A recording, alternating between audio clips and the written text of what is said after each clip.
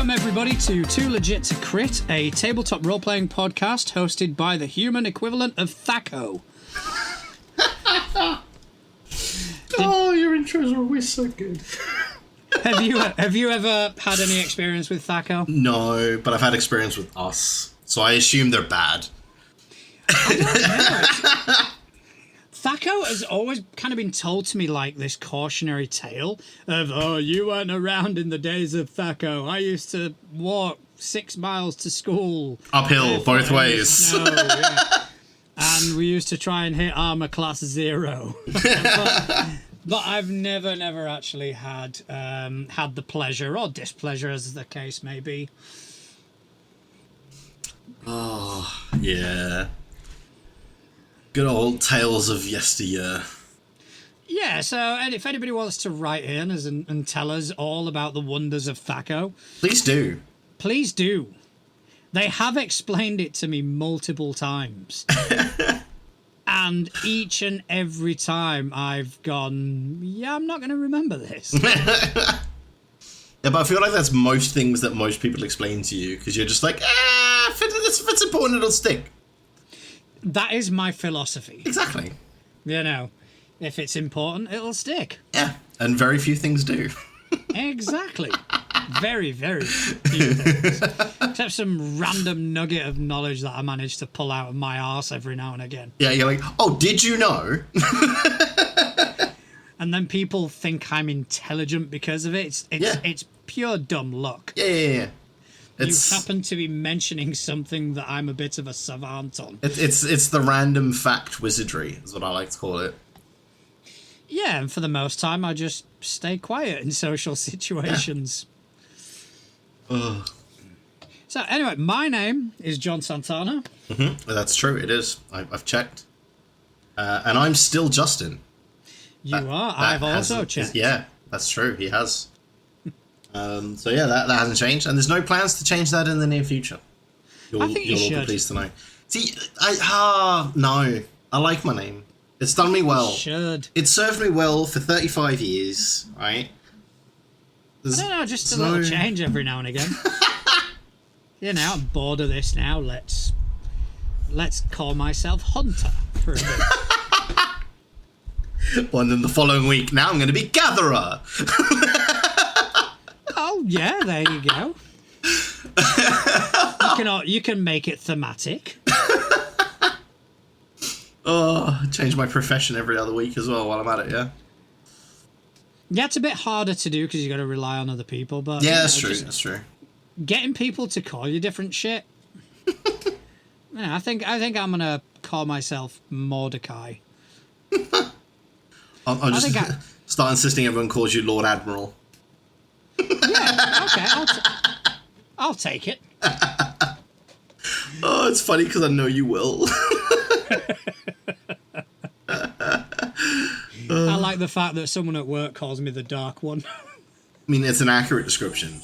It is quite accurate. It's a very accurate description. They've then shortened it to DJ, and it's like, yeah, I'll take that as well. Oh. So, what have you been up to? Have you been up to much this week? Oh, but no, before we carry on, Justin, my good friend, happy Father's Day. Right back at you. Thank you very much. Did you have a good one with the... I did, actually. I did. It was really good. I picked her up nice and early. It's now my week with her, so I picked her up yesterday. We went to football because she plays football on a Sunday morning. And then we went to my parents' house where I made a nice breakfast for everyone. And then we just spent a day chilling with some family friends. It was really, really nice. That sounds awesome. Yeah, it was a pretty good one. What about yourself? Did you have a lovely one? I did, yeah. I went round to spend time with the kids yesterday. We just had a lovely time. Out in the garden while the weather held up. Yes, started pissing it down halfway through, didn't it? Then had to have an argument with my daughter and explain to her, no, when it's raining, you've got to come out the pool. I'm gonna have to agree with the kid on this one because you're already wet. No, I do agree with that, and I do appreciate the logic. But the slight problem was the forecast said thunderstorm. Ah, right. Okay, I'll give you that one. Yeah, that's different. In which case, that's different. Yeah. Yeah, there is a slight mitigating factor. I'll give you that one. We don't. I honestly, I'd rather my daughter not get fried. Yeah, no, that's a valid point, and that's good parenting. That's like job one. Don't let them die. Yeah, exactly. Yeah, that's like that primary goal. Yeah, definitely. Yeah. No, fair. Can't argue that one. Cannot argue that one. Exactly. So, yep. But she managed to come in without too much fuss. That's fine. So, but anyway, other than that, what have you been up to? Sleeping. Okay. I've been so shattered from work. I've had a very, very busy week at work, so I've been... The other day, I closed my laptop from work, turned on the TV, and woke up the next morning. Yeah, that happens. I don't remember anything in between. I remember closing my laptop, turning on my TV, pressing something on Netflix. I can't even remember what I turned on to watch. And then I lay down to watch it. And then the next thing I knew, it was 6 o'clock the next morning. Yeah, I know that feeling well. So yeah, that's what I've been doing. What about yourself? What have you been keeping up to? I've been actually quite busy. The new arc of my homebrew game has started. The casino heist. Yeah. I have heavily borrowed from Blades in the Dark. Okay. In the sense that I basically fast forwarded a week, and everything the players are doing to prepare for this heist is done in the form of flashbacks. Ah, yes. I love that. So they have time as a limited resource. Yeah. So they're going to do something. Okay, that's going to take you 1 day to do. You've got 7 days. Yeah, I love that. That's a really cool mechanic. And like true Blades in the Dark fashion, what I'm going to do is, once they've established like the premise of the heist and how they're going to go about doing things, any time left over, they will be able to call upon whenever they need it. Yeah. So they're in the middle of the heist and I don't know, they encounter some guards. It's like, okay, can I flash back to see if we would have planned to distract them? And obviously there'll be dice rolls involved. It's not going to be a straightforward yes or no. And if they succeed, then that thing happens. Yeah. See, the way I see that working, sort of like in a cinematic way, is like in like the Ocean's films, when it's cutting to like when they're going through they talk through the plan. As they're talking through the plan, like the heist is actually happening. You know, like we go through the doors at this time, and then it cuts to like them actually walking through the doors. Like that's how I see that kind of happening. Yeah, and a series that kind of played on that quite a bit was I don't know if you ever watched it, and if you haven't, I recommend it. It's a ton of fun. It's called Leverage. I've not watched that. It's a modern day Robin Hood sort of story where, criminals join together to kind of take down bigger criminals and all that. The best kind of film, yeah. Yeah, definitely. And one of the staples is that it will seem like whatever heist they've planned hasn't worked. Yeah. But then you'll see the flashbacks and you'll see little scenes that happened that you actually saw, quote unquote, in real time. Yeah. But with a lot more context. Right. And you see, so that wasn't just a throwaway comment. That was part of the plan. That was all part of the plan. And I always kind of really, really enjoyed that. So I think, I think it's going to work out pretty well. So that's been one thing that I've been doing. Then, during this whole time, ever since my players in the homebrew campaign got to around 12 or 13, I started looking into doing a homebrew world. Ooh, interesting. But it's a lot of work. it is a lot of work, and to kind of mold the Pathfinder 2nd edition mechanics into it, because there is a lot that's kind of tied to the lore. Yeah. I would have to do even more work. So I got the cipher system and started working using that as the framework to build this world. Yeah. And it went stagnant for a bit. You know, where I've got the first part, or the first sort of mini campaign sort of planned out and what I'm going to do. Yeah. And I kind of slowed down because I just couldn't figure out certain things. And it was the other day, I'd actually gone for a shower. And mid-shower, I had this fucking eureka moment. So I've spent the better part of the last 5 days just hammering away at the keyboard. And to be fair, if I really wanted to, I could start this game next week. Ooh, interesting. So yeah, it's actually taken off leaps and bounds. So I'm lucky to actually get something, and maybe I might even wing it to you to kind of peruse. I would quite like that, yeah. And if you're able to kind of poke holes in anything, it'll be greatly appreciated. You know, if anybody can poke holes in anything, I'm your man. You are the hole poker. I am the hole poker. That is the the common theory around the water pipe. Water pipe? Water hole? Fucking hell. I'm tired. Leave me alone. The hole that you poke? Yep, it was a water oh my god, my brain. Water cooler. That's the word I was looking for. The water cooler.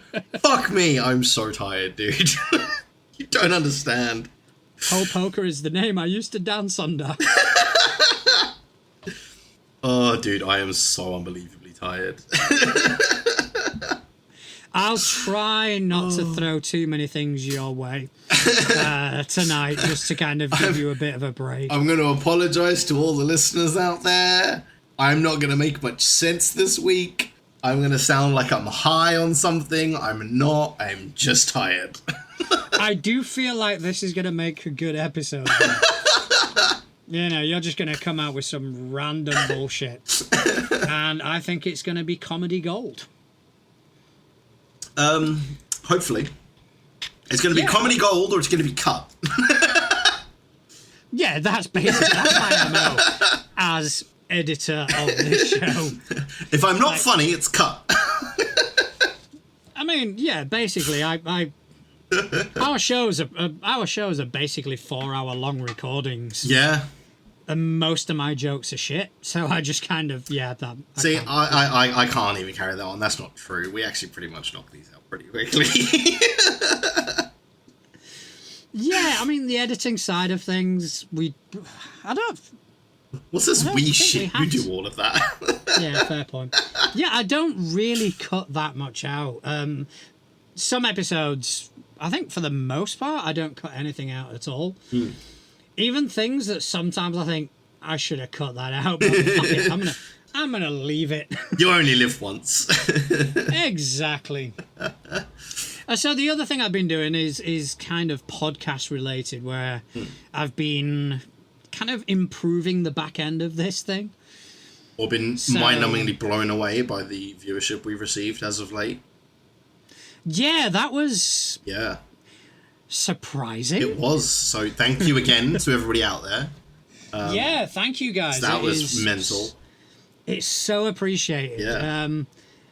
You know, and we appreciate every single listener, and every, like, when we get a spike like the one we had last week, it's like, holy shit. Yeah, it kind of takes us back a few steps, and we're like, wait, people are listening. And I think it does kind of play on my lack of self-worth when I start looking at Acast going, yeah, there's been a mistake. So, we're ringing them going, guys, your website's broken. It says people are listening. But we know they're not. That can't be right. That can't be right. They can't be listening. It's just not possible. But yeah, thank you ever so much. That actually, I won't say inspired me to kind of do everything, kind of redo the organization. Our back end. Yeah. Yeah, but it pissed me off that I didn't think of this sooner, because It was quite funny when he messaged me. Like, it's like, dude, how did we not think of this? Because both of us are quite techie people, and both of us just completely overlooked the tech solution to what we've been trying to do. Yeah, but the thing is, it's worse for me, because the solution that we found is what I was using as a fucking campaign manager for the better part of 2 years. Yeah, but until I moved to Obsidian. Exactly. Yeah, then you moved to Obsidian, and then you forgot about it. And I tried. We did a OneDrive thing. Yeah. Where I'd open a Word document and we'd go from there. And that didn't really work because we'd get lost in the document at times. And it was all in Spanish. And yeah, it was all in Spanish, which was very confusing for me. And then I tried doing it on Obsidian, but I didn't want to fork out for Obsidian Publish. Mm-hmm. And then I just sat and just had a look at the apps I've got on the iPad. I went, oh, for fuck's sake. And yeah, it is much better. I've got everything. It is. It's all just there. It's there. Everything we need to talk about. Yeah. And I've also, I don't know if you've checked it, but I've also updated the forms. I have not checked the form. Because Google Forms is a big pile of wank. Well, yeah, we know that. So I is that the Jot form? Jot form. Yeah. And it basically pulled everything from Google Forms and presented it very nicely. That's lovely. So it's easier to find shit. It's really cool.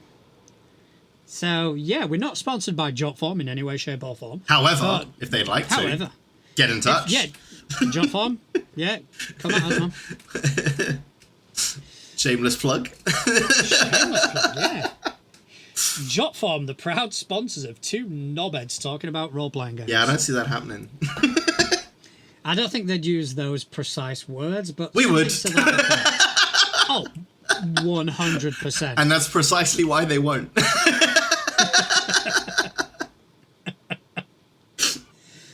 If only knobhead was the worst thing I said on this show. Yeah, it's true. I'm actually surprised that our editing is quite low compared to some of the shit I normally come out with. I think it's because, like, we have quite tame conversations when we're not drinking. Yeah, and considering I haven't done that in over a year. And I haven't done it in approaching 7 months now. Yeah, things change. Your priorities change when you're not drunk. Yeah. We don't try and be as offensive as possible. No, there is... I don't like it. The consciousness kicks in and kind of goes, yeah, dude, maybe you should turn it down a tiny bit. Just dial it back like a scooch. Just a scooch. Just a tiny little, microscopic step backwards.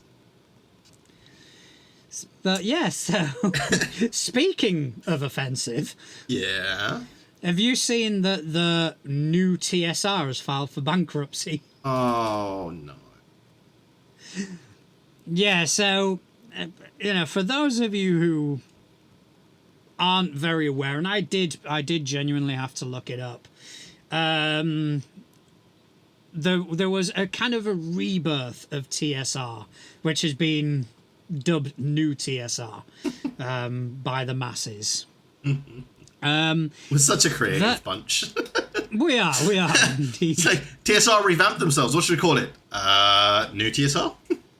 New TSR, yeah, that's it. As opposed to old TSR?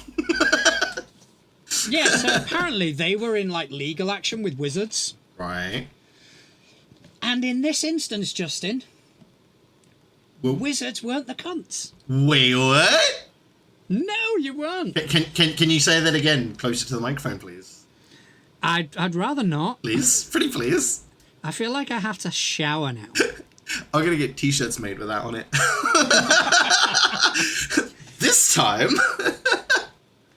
No, because apparently this company, this TSR, which let me just get, was headed by a bloke called Justin Lanassa. Not me. And not you. You are not Lanassa. I am not. And Gary Gygax's son, Ernie Gygax. Right. They wanted to release something called Star Frontiers. Okay. And that caused a licensing dispute with Wizards of the Coast. Mm-hmm.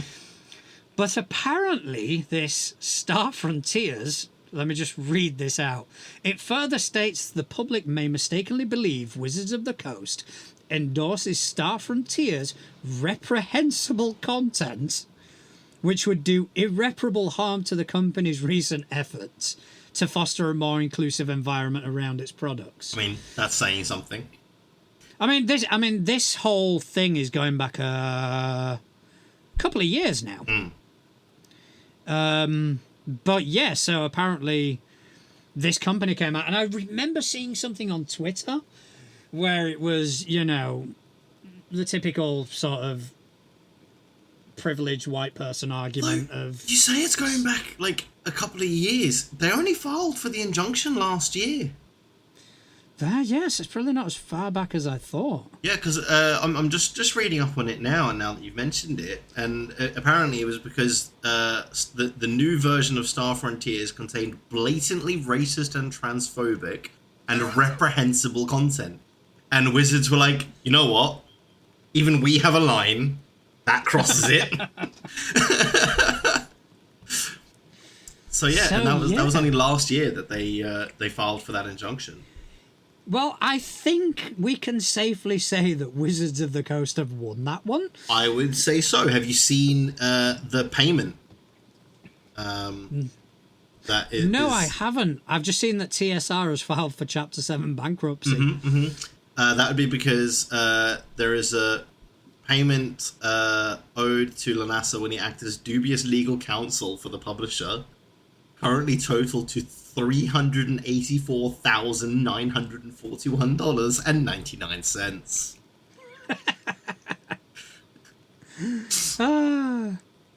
Wow. It's funny because they're not very nice people. Yeah. But I mean, how fucked up has your game got to be that the current, like, villains of this space are like, guys, really? Really?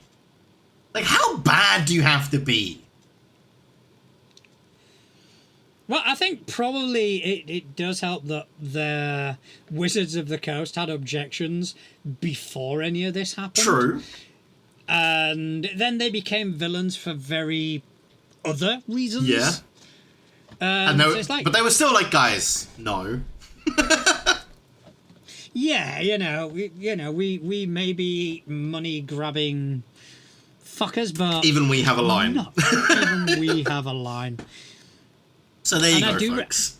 Yeah, I do remember it because it was during a time when there was a massive, internet uproar because Wizards of the Coast were actually making positive changes to their IP. And then they didn't. I thought they did. I thought they... No, I meant, and then they didn't make so positive things. Oh, yeah, then they made some not so positive changes. Yeah, in a legal area rather than an inclusive area. Credit where credit is due. Yeah. They have kept the inclusivity thing. Yeah. So you know, fair play to them and all that. And I'm gonna immortalize this episode because that's twice you've said nice things about Wizards. Yeah, don't get used to it. I won't, but I'm gonna cherish this one. So, I mean, speaking of, I think it is tangential. Oh, actually, no. There is something Wizards related, and it is in regards to something that you brought up last week. What did I bring up last week? And I love this because this is close to my heart. Do you remember what you were saying that a collector has offered $1 million? Yes, for the serialized The One Ring card. Listen to this. Spanish hobby shop Trump's Bounty for Magic the Gathering serialized The One Ring card offers €2 million. How much? Wait, and that's not all. Offers €2 million and a paella. Okay, now I'm tempted to go buy some Magic cards. I mean, it's got to be a good paella, really. You know what I mean? Yeah, but I mean, any of the it's going to taste good no matter what because you've got £2 million in your bank account. I don't know. Have you ever had a bad one? I have. Not really, because Yeah, I've had a shit one. yeah, And the only time I've had them was my dad making them or my ex, who was also Spanish. So yeah, I make a good one. I'll make you one day. I will look forward to that. We'll put it on the list. We'll add it to the list. Which is Maybe one gaming night. I'll just bring my paella pan. I can't spell. Leave me alone. Are you trying to write down paella or something? I'll put it on the list. So for those of you out there who are new, Yep. we have a list of things we're going to play. Now, up until now, it's been kind of a metaphorical list where it's existed in the ether. But with this new back end that we've got for structuring everything, John's actually created the list. So I've put it on the list. And I just need to add, I have capitalized the. Yeah, yes, it's the list. The list. As opposed to the watch list or the other lists we have. Yeah. Yeah. I still need to add things to it because I haven't quite got around to that. Well, the most important thing is on there now. You've promised me Yeah, one. the paella is on there. It's on there, That is and true. it's been promised, and I'm going to have it. We're going to use this, but we're going to use this list as a weapon against each other. Oh, yes. I look forward to it. But, All yeah. right, so awesome. Tales of the Valiant. Yes, that Kickstarter's got to be Project. ending soon, surely. It's ending on the 23rd of June. Ooh. 4 days. So, yeah, 4 days. So, I mean, don't get me wrong, if you can kickstart it, by all means go for it. I don't think they quite need it, to be fair, considering that they hit target in 27 minutes. A whole 27 minutes? Wow. A whole 27 minutes. Slow and start. They hit target. Slow start. So I think I saw something. They were like 900% over target. Or Is that something all? like that. Yeah. So they've been bringing out sort of stretch goals and this Yeah, that, of and the course. other. But yeah, another thing that is it can't be long now is the Abomination Vaults. Yes, the Hacksash ARPG. Yeah, I'm just bringing up the Kickstarter now. Ooh. They are currently 90% funded, so Ooh, interesting. so not long left on that. I'm looking forward to it. But there is another. Did we mention it last episode or not? I can't remember. Maybe. There is another Paizo property video game coming out. I don't think we did mention it. Right. Well, this is called Gallowspire Survivors. Mm-hmm. Right, and you are gonna have to help me out here because you're out the two of us. You're the video game. This is true. person. Yes, yeah. It describes it as a roguelite bullet hell survivor. Oh, okay.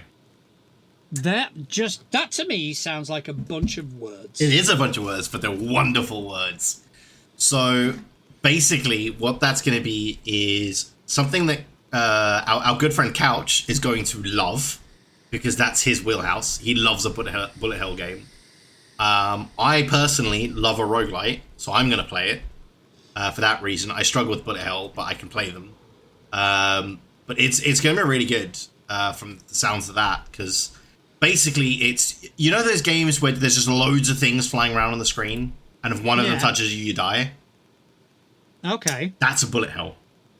Right. And okay. roguelite are they're like those RPG games where it's not like set maps, it's all like procedurally generated every time, and you kind of everything's kind of randomized, and it's very it's not like action RPG, but it's not like turn-based RPG.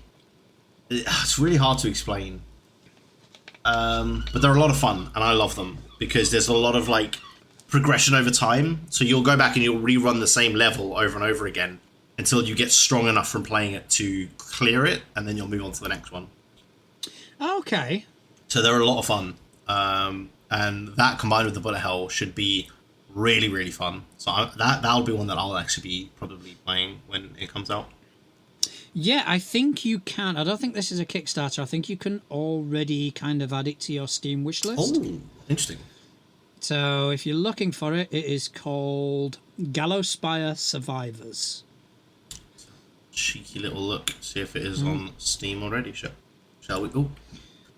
Oh, don't start with hiccups now. That's not what we want. And there is actually more tabletop RPG related video game news. Baldur's Gate 3 has got a release date. Okay. Have you ever played any of them? No.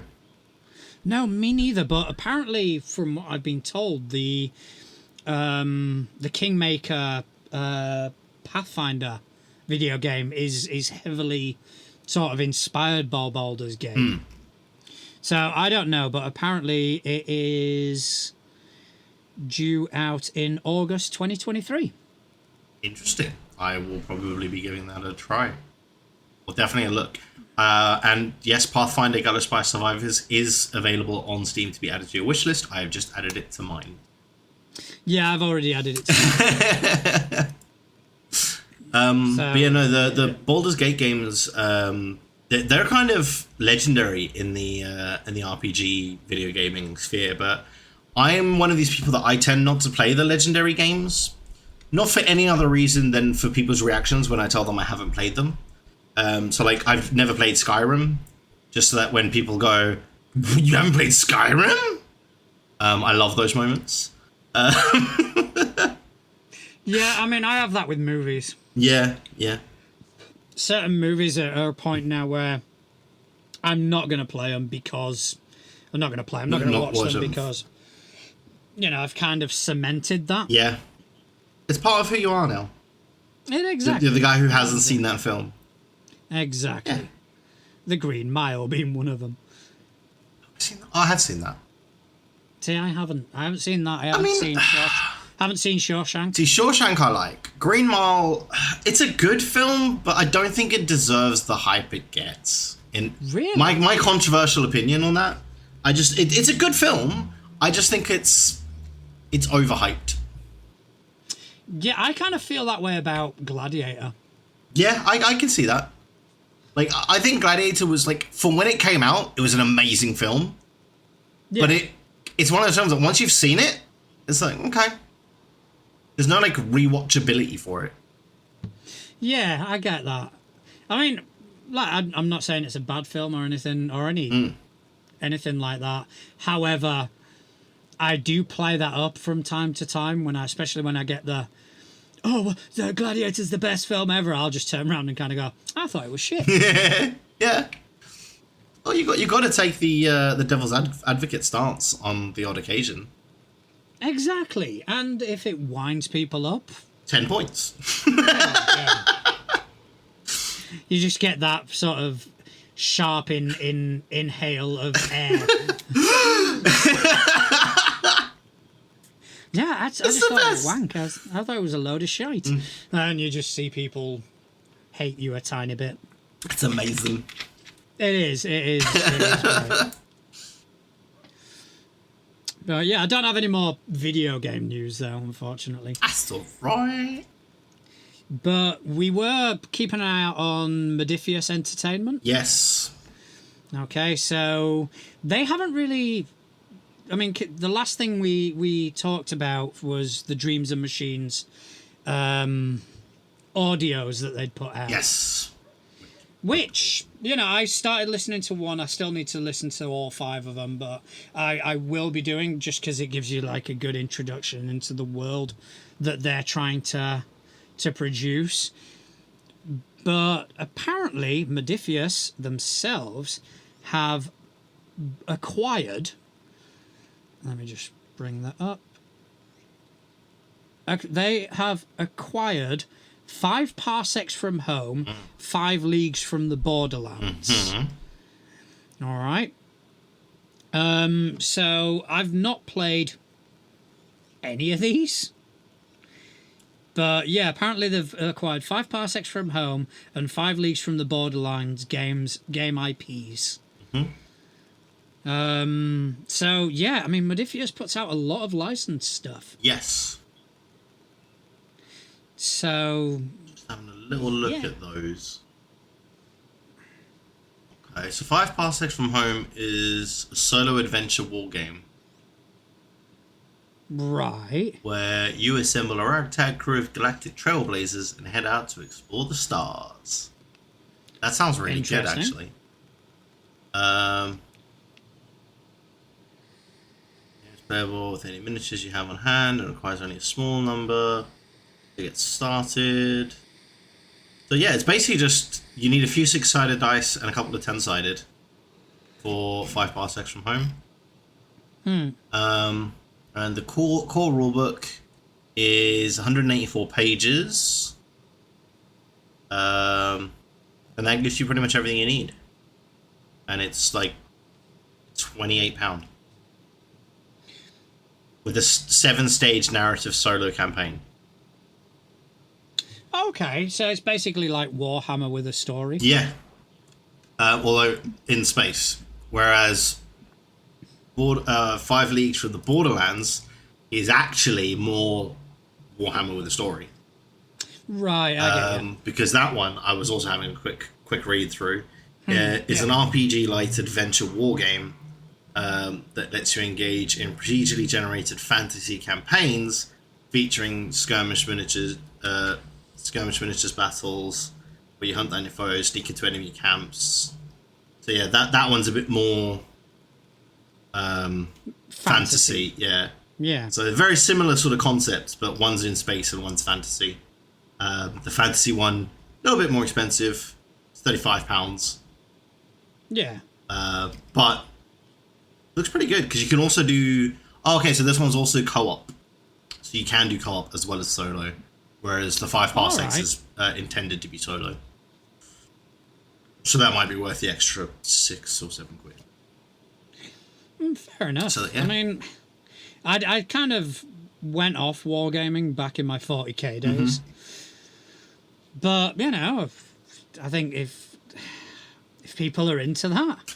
I think what's nice with the solo kind of thing as well is if you are just really in the mood to play something or run out a story or something, you can just sit down and do it. You know, you don't have to try and get like a bunch of people available or anything like that. You know, so it's quite nice from that sort of standpoint, I guess. Yeah, I was just having a look at what games Modiphius currently have. They've got Achtung Cthulhu. We do love a Cthulhu game. We do, although I played Achtung Cthulhu a few months back at the lodge. Completely misunderstood the concept of it. So we were in this adventure and it was, okay, so these are the weird things that are happening. This seems to be the cause of the weird things that are happening. And I'm coming from, you know, being a handler for Delta Green to it's like, let's blow up the thing that's causing all these fucking problems. Yeah. And mine and another player's character went down in a fucking blaze of glory, blew ourselves up along with this thing, and then we were told that we failed the mission. See, but here's the question though, right? Did you still have fun with it? I had so much fun. To me, that's the sign of a good system. If you can get it wrong and still have fun, that's a good game. Oh yeah, we were getting attacked by weird fucking Nazis, a cloud that I'm sure would have turned us inside out. As opposed to normal Nazis. Yeah, you know, the bad kind. Wow. Well, this has been fun, guys. Yeah, it was fun while it lasted. No, I don't know if they were undead or not, but it was just they were Nazis and we were killing them. So that's normally a good idea. Yeah, in most gaming scenarios, you want to kill the Nazis. Yeah, so we were killing them, and I think all of the party had kind of retreated, and it was just myself and another player. And it was like, should we just do this? Should we just blow up? And we blew the fucker up. And then the handler kind of went, no, in Cthulhu you've got to kind of investigate these things. It's like, well, that doesn't make sense. Like, but now it's easy to investigate because dead. Exactly. Like, how often do you see scientists studying the life thing? No, they study the body first, then they study the life thing. It kind of reminds me of the first time I actually ran Delta Green for a couple of my players who were used to Pathfinder. Yeah. They basically pulled this creature and they were trying to restrain it. And it's like, creature breaks free. Creature slashes the fuck out of you and you die. It was so funny. And they're going, okay, I'm going to try restrain it. It's like, what the fuck are you doing? Just run! Run away! Kill it! Oh. Get something that goes bang. That's so true. But yeah. Oh, my So gosh. they've also got Mutant Chronicles. Ooh. Third edition of the popular post-apocalyptic RPG Mutant Chronicles. They acquired the license for Fallout. Okay. So they're doing an RPG based on that. What else have they got? The company released Thunderbirds, a cooperative board game based on, Thunderbirds. Is it go? No. You would have been disappointed if I didn't. I would have been. Exactly. I would have been. The company announced a license. This is in 2015. They announced a licensing deal for Conan the Barbarian. Ooh. They've got Star Trek. Nice. They've produced a board game based on Kung Fu Panda. John Carter RPG.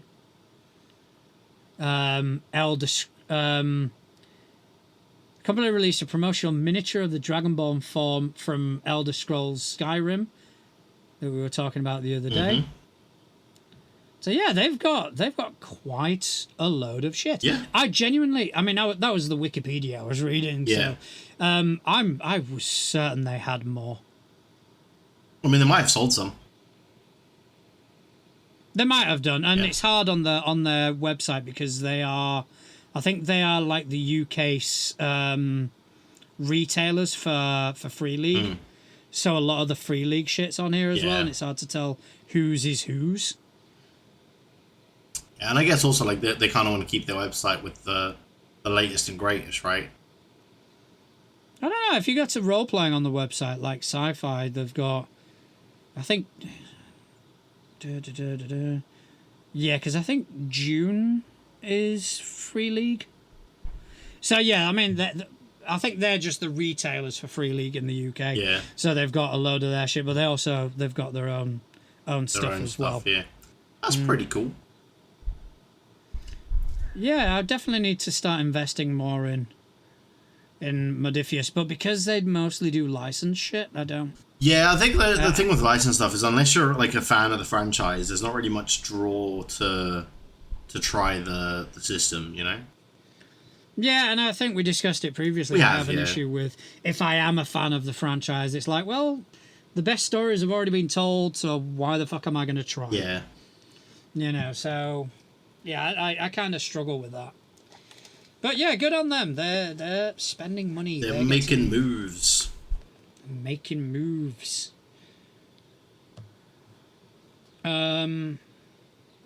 Okay, so speaking of new shit coming out, Vampire the Masquerade is a new source book coming out. Interesting. Yeah, is it though? I struggle with Vampire. I just like vampires in general. I blame Blade. I was a little rough, so, you would have thought I'd be all over them vampires, but I don't know. I think there's something. It's just weird, and I'm gonna harken back to something fucking hilarious I saw on Reddit once. Someone, and this does not reflect my own opinion, but I thought it was fucking funny. They were discussing Vampire the Masquerade, and someone put, if I wanted to play a sexual predator, I'd play FIFA. Oh, okay. And I thought that was just one of the funniest things I've ever read. That's funny though. It is funny though. Although actually, looking at it, it seems to be more romance stuff than actual being vampires. I think this source book, Bloodstained Love, does seem to kind of... Twilight. Yeah. It's Twilight, the RPG. I mean, the whole premise of the Masquerade is quite an interesting one because you do delve into sort of the politics of the different groups.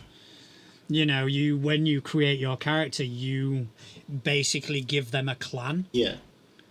And, you know, your clan has certain tenets that they kind of act under. And, you know, if you've got a group of vampires that are all from different clans, it does kind of play into the dynamic. So I think it is an interesting concept. It's hard to, I just find it hard to gain interest. Yeah. I mean, out of the World of Darkness books, the Hunter, the Reckoning, I think it is, that's the one that interests me. Yeah, I get that. I think vampires in recent years as well, a lot of people have kind of had a sour taste in their mouth because of the Twilight series. Let's be honest. A lot of people did not take the Twilight series well. And some people took it a little too well. Almost obsessively well. I don't know what you're talking about. We definitely don't know anybody that was like that. There's several people around Southend. I mean, I'm not interested in Twilight, but I don't have that sort of repulsion to it either. See, my big issue with it was the going in sunlight thing I don't mind, right? Because there's other versions of vampires where they can go in sunlight. It just like it hurts them, or they're weaker, or it's just like they have like sunlight sensitivity, right? Like most creatures from the Underdark in 5e have, right? They have that sunlight sensitivity where normal daylight hurts them, right? Yeah. But they fucking sparkled! Yeah, that was weird. Like, I don't get it! That was really weird. I will give you that. So they have to live in, like, places that are just really overcast all the time so that nobody sees that their skin sparkles. Like, you are immortal beings, but you have to live in shitty weather because you don't want people to know you sparkle. What? Yeah, it was... You know, what was her name? Stephanie Meyer? Something like that. Something like that. Yeah, she made some weird choices. Yeah, that's one way of putting it. Yeah, she made some... You know, it was almost like a teenager writing fiction. Right? Or writing fiction for teenagers. I think a bit of both. I think she was a teenager. I think there's a little bit of both, yeah. But yeah, so I don't have that sort of repulsion to them. Because, I mean, my vampires have always been the Anne Rice Chronicles. I see, mine with Blade. I grew up on Blade. Yeah, fair enough. Yeah, I can see that. I love Blade. Yeah, but I devoured the Anne Rice books. That's fair. I thought they were outstanding. And I realised, like, a couple of years after her death, I just looked up her biography, and there was, like, 3 books that she released after she said she'd done with them that I have not read. I finished with these, but here's 3 more. So they are now on my own personal list. Why does that sound like us on a night out there? Like, no, I'm done. No more drinks tonight after these shots.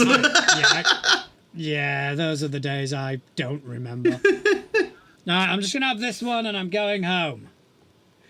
But to be fair, we have a friend in common who was quite a bad influence. I don't know what you're talking about. I'd go, okay, yeah, there's another pint. It's like, oh, for fuck's sake. Here's a couple more, guys. It's fine. It's fine. It's all right. Have another one. Okay. So, yes. Oh my gosh, yeah. Oh, but yeah, vampires, I think, it's always going to be one of those things that's going to be really contended amongst people about which vampires were the best. Yeah, and because of the lore, not just in vampires the way we know them, but in like Eastern European folklore and there's so many Chinese folklore. There's so many iterations. There's so many of those things where it's a bit like some of the arguments you get with like what constitutes a dragon, or is that a worm? Like, you know, like those kind of arguments. Yeah. Like, oh, or is that just a dragon whelp? Like, no, like there's actually like people have gone through and like, this is a dragon. This is not a dragon. A dragon has these criteria. And it's always going to be like, you're going to have that, right? With anything that has lore that goes that deep. Oh, yeah, of course. And people get so fucking passionate about it that I can't help but just... take the piss and go, no, yeah. I don't agree. Yeah, just, you know, just in anything I can say that's going to infuriate them. You're going to say it. Yeah, absolutely. I don't necessarily believe it, but I'm going to fucking say it anyway. Yeah, you got to. Just because I like how people react over dumb shit. So I once saw, I think it was on like Reddit or something, where some guy had like, he made like, this, if you were to copy this into Word, it would be like a 4-page rant about how the dragon from Dragon Ball Z is not a dragon. because of what I mentioned a minute ago about how people have like laid out the criteria for what is a dragon. And a dragon is supposed to have like 4 legs and separate wings, and Shenron doesn't have that, so he's not a dragon, so the show is named wrong. It's like, dude, shut up. But I want to know what he actually classified Shenron as. Oh, hang on. Let me just if I pull up the classifications of dragon. Please do. I can tell you. I can see we're going to spend half an hour on this. Absolutely, we're going to. I am so fucking down for that. There's a chart. I'm not kidding you. There is a chart for what the different types of dragon are. Ah, God, I feel like I need this in my life. So, according to him, Shenron would be... no, that's a terrible picture. Let me find the... Where is... Is that the chart? No, because that doesn't have the names. Ah, this is the one. This is on Pinterest, but it does the trick. Shenron would not be a dragon. He would be a... Which one is it? That one? A Yinglong is what Shenron would be. Okay. Not a dragon. Right. Not a dragon.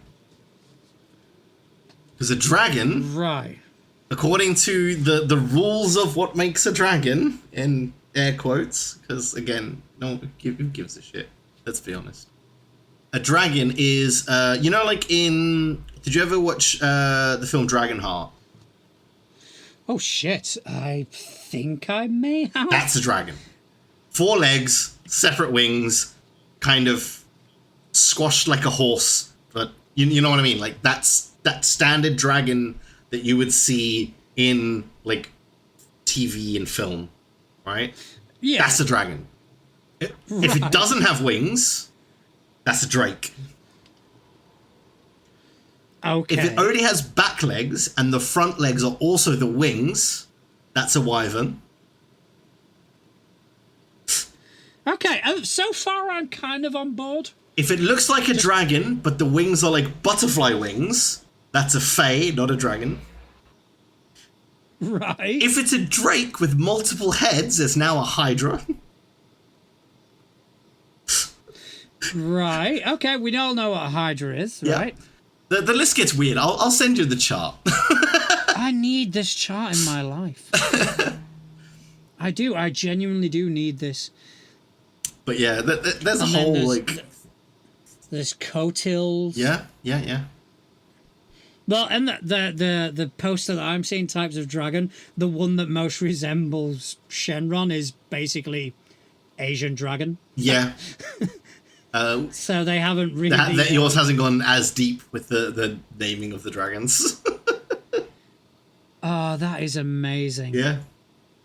Yeah, I want that chart. I'll send you a copy. Oh, please do. That's what we should get done as merch. That, just on a t-shirt.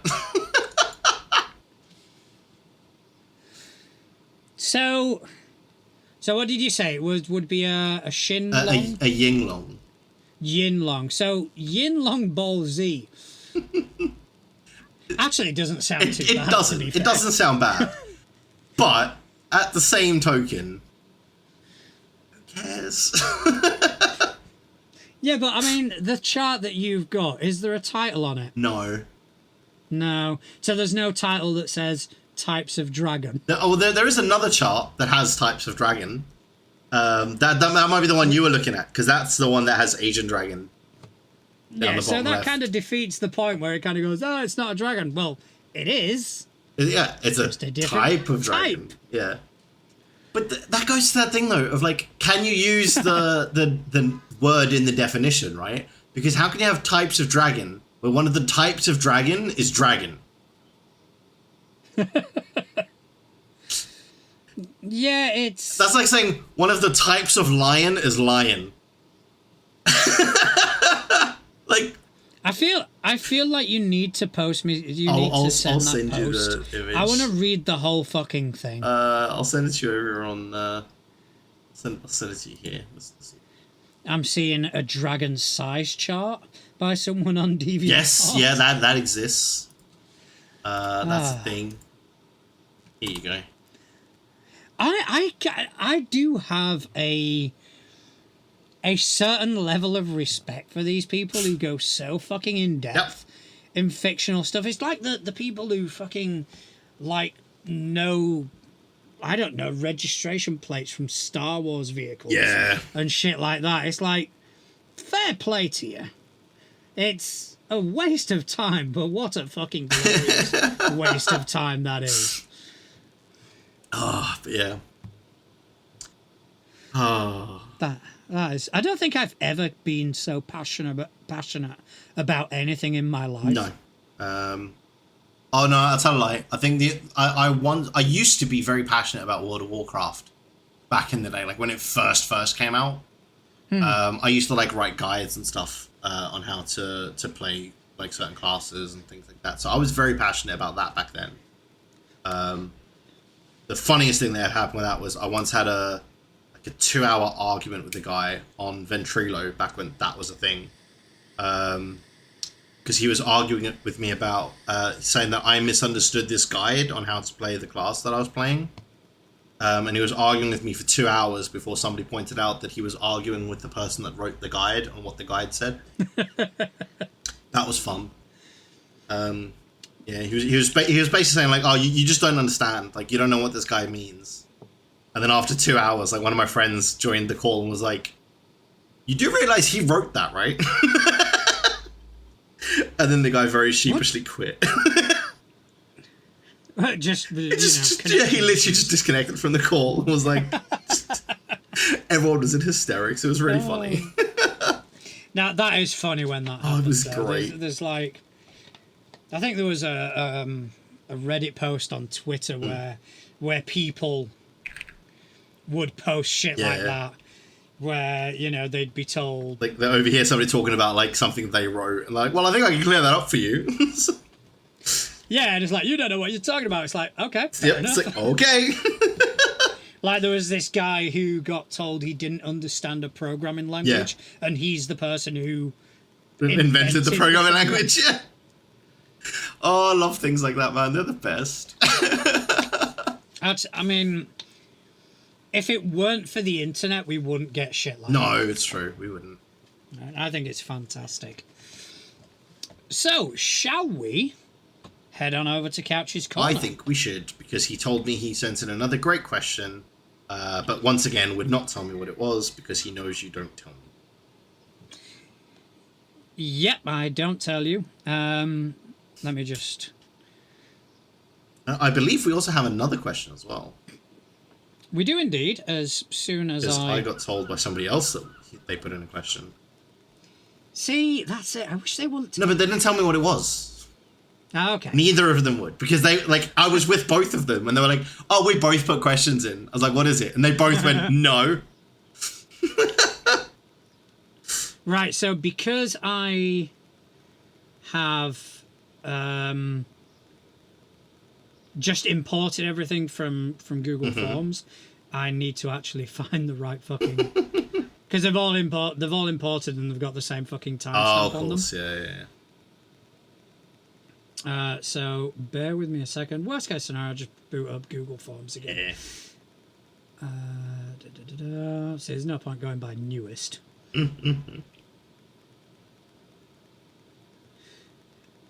Okay, so we'll go first with Chris. Yes. Who is contacting us from the exact opposite of where you think I am. That bit he did tell me. He told me he put that. Yeah. Enough. Which I thought was very good. I thought it was quite good, yeah. So his question is, what homebrew rules have you included in your games, or what homebrew rules would you like to include? Ooh, that's a good one. I mean, I think the standard rule that we've always kind of included is the rule of cool, right? Because that is essentially a homebrew rule. Because anything can essentially then become a homebrew rule. Wow, this is the not speaking properly thing happening all over again. I struggle with homebrew. Don't worry about it. Because if you are rule of calling something, you are sometimes breaking the rules and making a new rule, right, to incorporate how that would then work. So I think that's one that I've always had and always played with. So I'd say that's definitely one that I like to have included and around a table. As for like an actual homebrew rule, that's a tough one. I'm going to have a little think. Right, okay. Well, for me, one that I've currently... Well, I started including it when I started running Skulls and Shackles, and it was directly inspired by by the Glass Cannon podcast, and that was the bottle caps. Yes, I remember that. So basically, if you did something cool, if you did something, whether it was in-game, whether it was a metagame reason, if you made the entire fucking table laugh at something, you got yourself a bottle cap. And that would essentially be... you'd roll with advantage. Yes. Or in Pathfinder terms, you'd roll with fortune, yes. I think they call it. Which, it was quite popular at my tables. Yeah. But then obviously we went to Pathfinder 2nd edition, and they've already kind of included a similar thing, which is codified into the rule, and it's hero points. Now, I have made no secret in that hero points are the element of Pathfinder 2nd edition which I like the least. I think the way that they're implemented is clunky as fuck. So essentially, you start every session with a hero point. Yeah. You can gain additional hero points during the course of the game. However, it says, and we recommend you hand out a hero point per hour. Well, I'm not being funny, but not every table has something interesting happening every hour, every single fucking hour. Well, yeah, because you could have an entire hour where people are just chatting shit about the fucking bar fight they had last night. Yeah, so there's no... and it's when I play society games where you have to kind of enforce a rule. Every hour, I'll just kind of go, right, who wants a fucking hero point? Yeah. Unless something good and cool actually happens, then that's another story entirely. But it's kind of rewarding people unnecessarily. Oh, actually. So the way I do hero points now in my games, my homebrew games, is that you'll get a hero point at the start of every session. If somebody can accurately recap what happened in the previous session. Oh, see. Everybody gets a second hero point. Oh, okay, cool. Because that is exactly what I was going to talk about, and I'm kind of glad you said it the way you said it. I've played in games where they've done something similar at the start of a session, but they only give it to the person who does the recap. And I hate that because it only rewards the note takers. No, I give it to everybody because I like that. That benefits me as well because I don't have to kind of be forced to hand out a hero point every fucking hour. Even if during the course of that session nothing interesting happens and nobody gets a hero point, they're still up anyway because they've all had an extra one. So I can just forget about that for the rest of the session. What I have started doing is that any hero points that I award for anything cool, I will still call bottle caps. And whereas your regular hero points, they disappear at the end of the session. Bottle caps remain. Bottle caps remain. Yeah. Bottle caps are a bit more special. Yeah. So I've started doing that, and I think it has improved the hero point mechanic quite substantially. I can see that. Yeah, because I was actually that's what I was going to say, and that was my moment while you were talking. Was I've played in a campaign recently where after at the start of a session they would ask who wants to recap, and if you recapped they would give you an inspiration, which is you can basically add, I think it's like a D8 or something to any roll that session, right? But he would only give it to the person that recapped. And in the group, there were only 2 people who took notes. So they got it every session. Yeah, I like giving it to the entire table because there's more at stake. Yeah, exactly. If you try and recap and you fail and, shit, I just didn't get inspiration. But when everybody at the table is counting on you... Yeah, it makes it a little bit more high pressure. I like that. Yeah, so that tweaks it for me, and I would use that rule. So that would be mine then. I would use that variation of it. Because giving everyone a reward, I think, is just better. Because otherwise you're just rewarding the note takers. I did see something... This was on a Mastodon post. About a cool mechanic, which I will be implementing at some point once I figure out how. And the mechanic is this. Whenever there is a countdown, right, whether that being to a character's death, whether that be, I don't know, a countdown until a building collapses, something like that, they came up with this mechanic which I thought was fucking fantastic, where you take a pool of D6 and you roll them. Every 6 that is rolled, you remove that dice. Oh, when there's 0 dice left, the time's up. So every turn, you are rolling the remaining dice. Oh. Once the dice are gone, time's up. Yeah, I like that. I thought that was fucking phenomenal. Yeah, that's really cool. I like that. Because then you don't sit there going, it's 10 rounds, or... Like, it gives you a bit more of a randomized time frame. Yeah, exactly. Yeah. And in Pathfinder 2nd edition, the dying rules are very codified. You've got dying 1, 2, 3, and 4.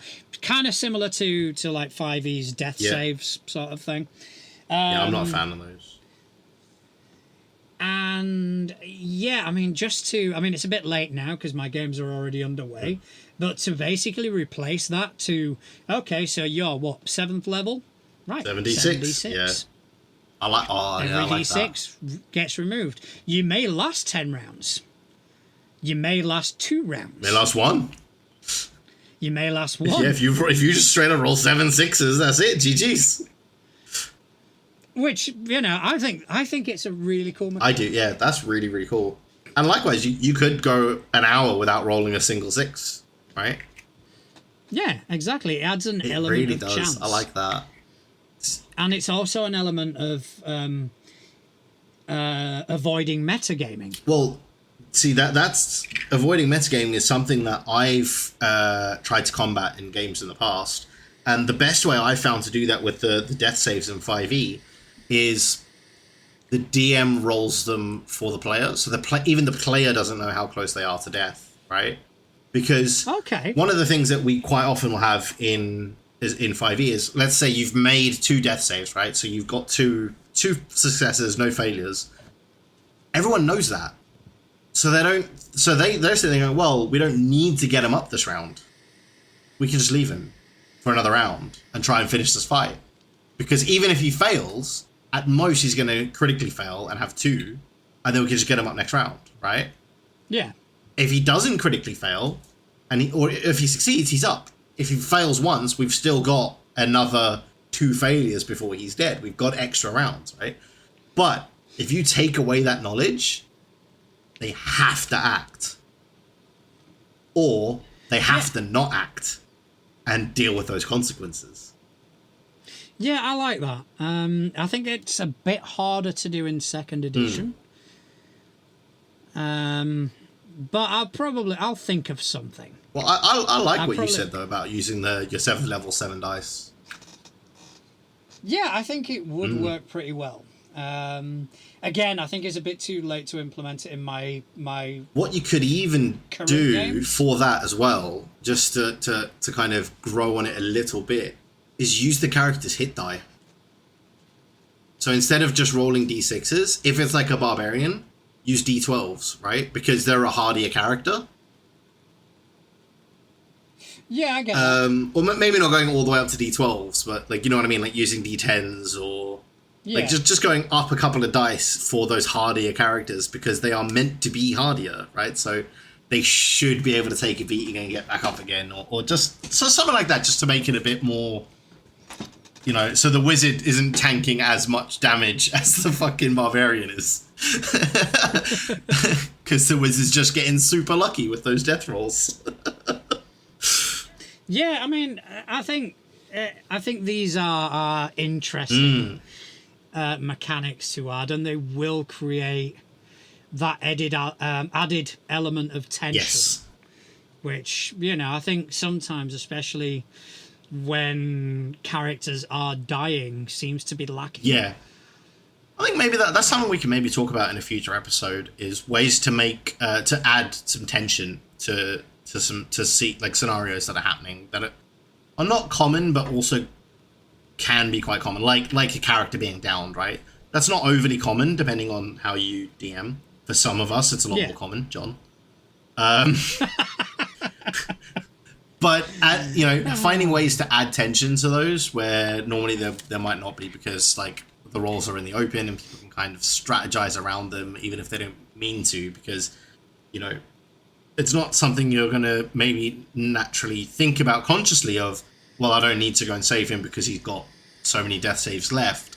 I can carry on just hitting this guy for another couple of rounds. You might just be thinking that subconsciously, and it bleeds out. Whereas if you don't know, or if there is that chance, right, that they could just be gone, it kind of, it's just going to pile on that pressure to make a decision one way or the other. Yeah. And then just live with those consequences. Yeah, I think that's.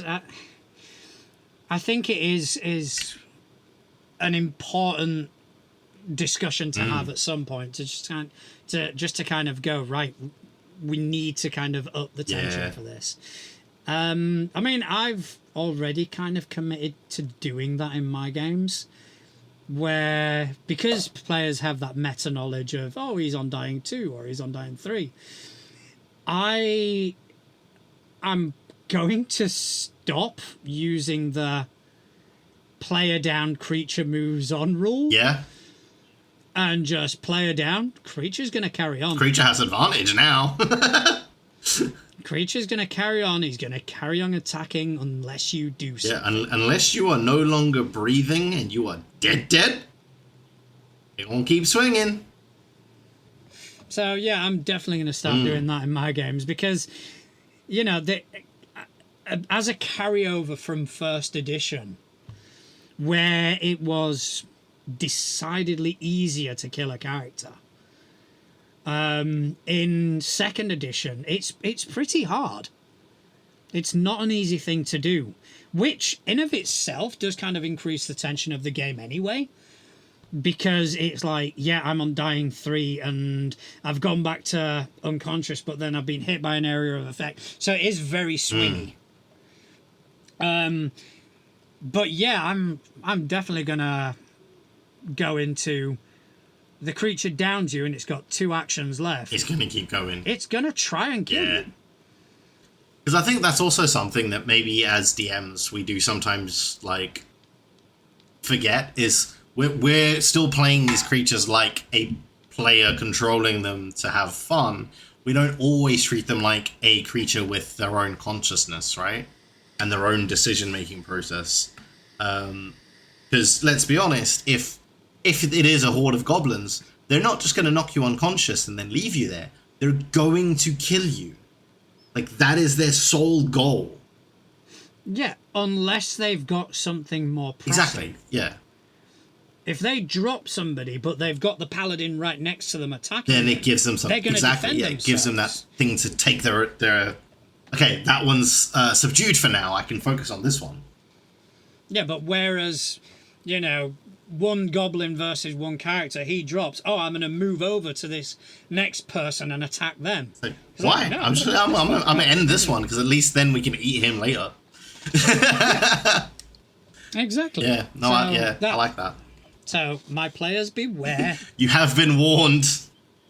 You have been warned, and if you don't listen to this podcast, oh, you're gonna do this to one of them, and be like, "Well, you didn't tell us." And you're just gonna send them the link to this episode. Oh, exactly. I'm gonna send them the timestamp. I told you 3 months ago. Not my fault. You do not pay attention. Brilliant. I think I've literally got like 3 of my players who listen. So, if they miss it, it's on. That question came from my DM, so I need to behave. I know it came from your DM. All right, so let us go to... The man, the myth, the legend himself. All right, this week it's from Couch of the Gaseous Ice Giants. The 7th planet from the sun, in brackets, work it out. I'm not going to work it out, Couch. I'm not going to do that. I'm going to Google it. You really couldn't guess. I mean, it is Couch, so I'm going to guess Uranus. That would be a solid guess. That would be... Oh, it's right. It is. Oh, see, I only know that because there's a watch I want that is branded with that planet. But yeah, we'll get into that another time.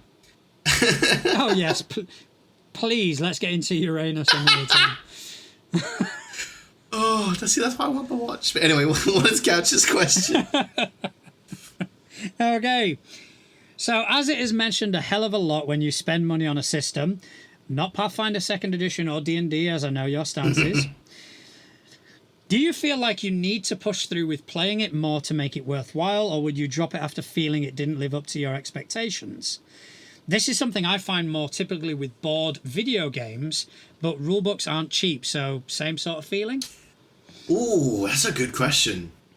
I mean, personally, I'm a lot more like that with video games, which obviously he did mention there, where I have got many games on my Steam library where I forked out for them, played them once, and never touched them again, because I didn't get on with them.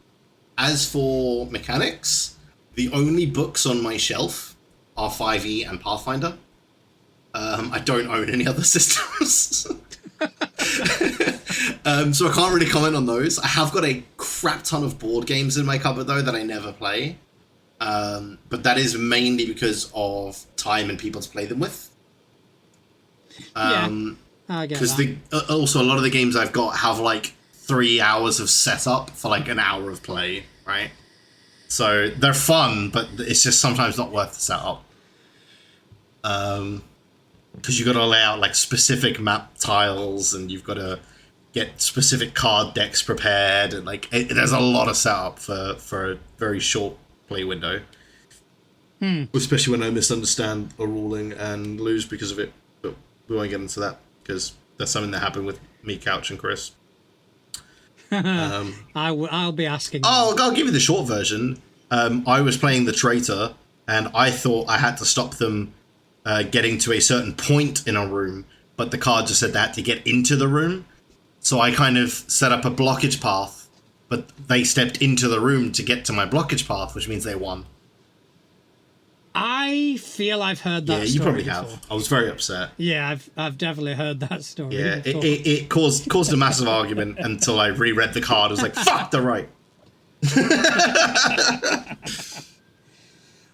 Well, I mean, unlike you, I Many have systems. many fucking systems. Just imagine me as a crack addict and Humble Bundle is my fucking dealer.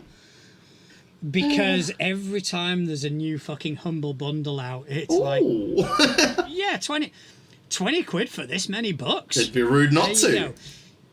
So I've got fucking Symbaroum, I've got Tales from the Loop, I've got a lot of the, like, Vessen. I can't remember the amount of shit I've got. And some of these books I haven't even opened. I say open, they are all PDFs. Yeah. But again, my PDF library is fucking huge. And sometimes somebody will mention a system and I kind of go, wait a minute, I've got that book. And, and yeah, there is that sort of impulse of I want to play this. But a lot of it is trying to sell it to players. Yeah. I kind of struggle with, especially if I'm not very familiar with the system itself. So, I mean, one game I do want to run is Tales from the Loop. Mm-hmm. I just think it's a fun sort of quirky, nostalgic piece that I think is going to be really, really fun and interesting to play. But then again, I've got other games which kind of are taking priority. Because once my homebrew finishes, then we're going to delve into Impossible Landscapes, which is the Delta Green campaign, whilst I prepare my Cypher homebrew. So all the games we kind of tinker around with are either Cypher or Delta Green. Yeah. But on occasion where we have those days where maybe 3 people turn up and what I have planned isn't really going to scale all that well, that's when I'll kind of break out another game and just kind of go, right, let's have a look at this, see what this is like. That's how we did Hopefinder, which was fantastic. And so I'm thinking, one of the things I was thinking at one point was maybe once a month or once every couple of weeks, just do a game where it's like, okay, this week we are playing Vessen, or this week we are playing Symbaroum, and just kind of start getting a lot of these out of my system. Yeah. And just clearing your list, so to speak. Clearing my list, so to speak. And also learning at the same time the players do. That's what we've been doing with the Cypher system by playing Numenera. We've fumbled through it. I picked up the book roughly at the same time as the players did and kind of went, all right, let's just start. Yeah.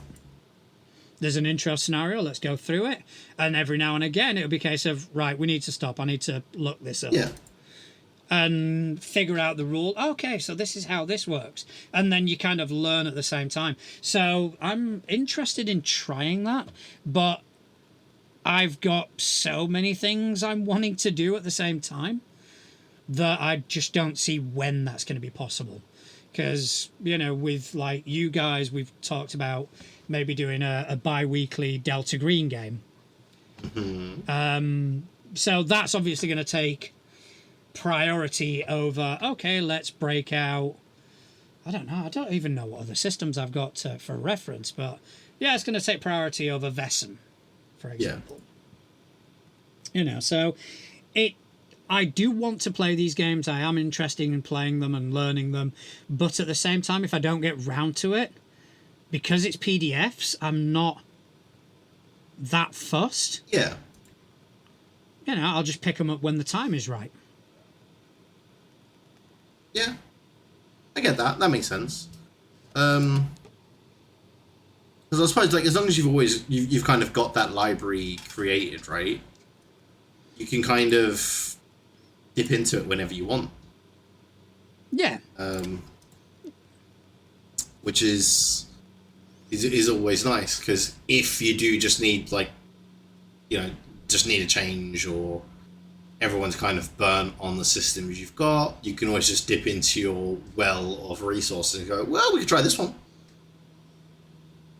Yeah, exactly. You know, we've always got the choice. And then after that, then we can try something else the following week.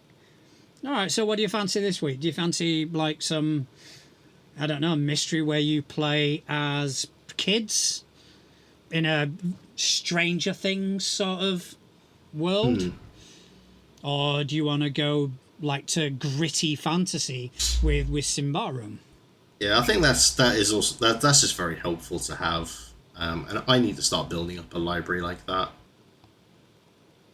Humble bundle, man. Yeah, I might have to invest. Just, you know, they come out with some phenomenal offers where you pay 20 quid and you get 300 quid's worth of books. Yeah, because they do the same for video games, which is honestly, it's how I've built a lot of my gaming library. Is like the video game version, where it's like, oh yeah, you know, you pay like there used to be like a couple of sites as well where you pay like a $5 and you get like 10 random video game keys. So like you don't even know what games you're getting, and then you just plug in those like keys onto Steam and you unlock like 10 random games, right? So that was always quite fun, because you just kind of, you didn't know what you were getting. Yeah, I bet that's quite interesting. Yeah, it's like, I don't know if you've seen those adverts where like people book a holiday but they don't know where they're going, and so they like get to the airport. Yeah, my anxiety would fucking kill me. Oh, same.